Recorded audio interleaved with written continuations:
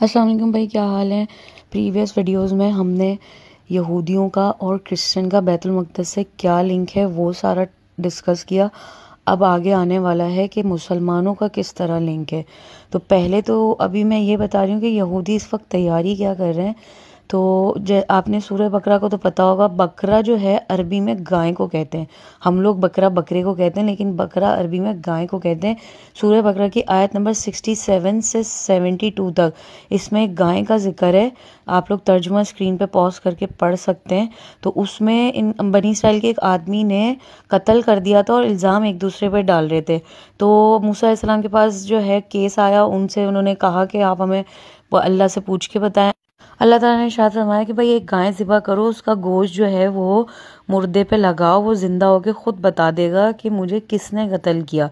अब जो कातिल था भाई वो घबरा गया। तो भाई जब वो घबराया, उसने फिर बातें बहाने बनाना शुरू करे कि और निशानियां बताएं और सही से पता करें, ताकि डिले होता जाता और उतनी ही देर से कातिल का पता लगता।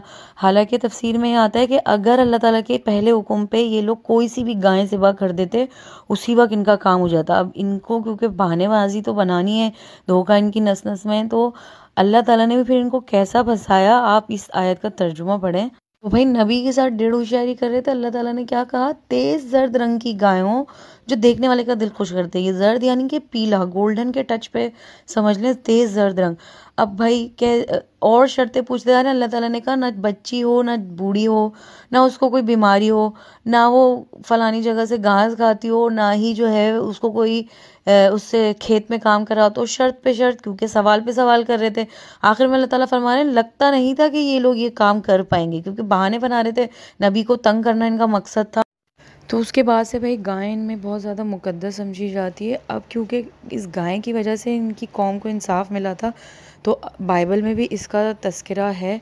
और अब इस वक्त जो है ये इसराइली जो हैं, इन्होंने वापस ये गाय ढूंढी और 2018 में ये डिक्लेयर कर चुके हैं। पहले इनको ये मिल नहीं रही थी, फिर इन्होंने जेनेटिक इंजीनियरिंग के थ्रू उस पर एक्सपेरिमेंट करके कुछ बच्चे पैदा करे, वो भी कामयाब नहीं हुए।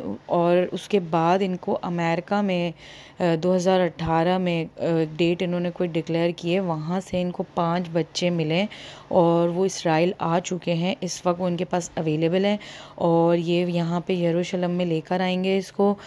थर्ड टेम्पल बनाने की इनकी सारी तैयारियां पूरी हैं। रेड हेफर्स इनके पास आ चुकी हैं। गज़ा और बैतुल मुक़द्दस का साइडों का सारा इलाका खाली करा चुके हैं। सुरंग मस्जिद अक्सा के नीचे बन रही है, उसी सुरंग में बारूद भर के ही मस्जिद अक्सा को गिराएंगे और टेम्पल तामीर करेंगे।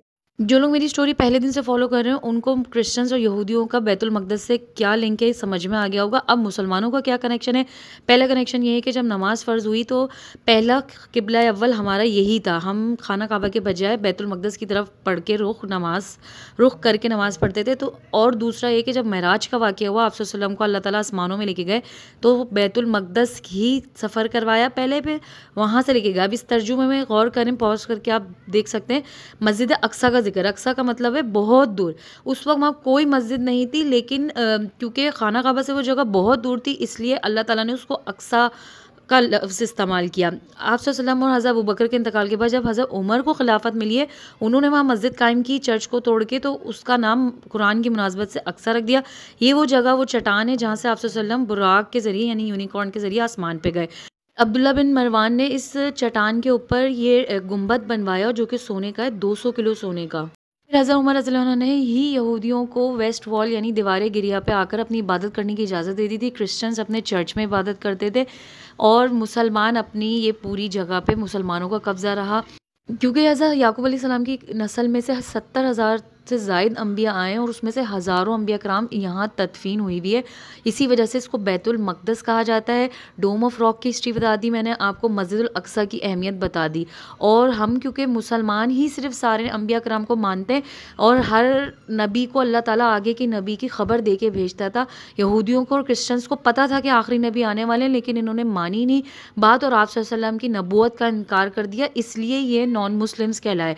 असल ये काबा किबला हम मुसलमानों का है और हदीस में इसकी फ़जीलत जो है नमाज की बहुत ज़्यादा बताई है। कुरान की आयत मैंने पिछली स्टोरी में शेयर की, अल्लाह ताला ने इस एरिया को बरकत वाला एरिया बताया है।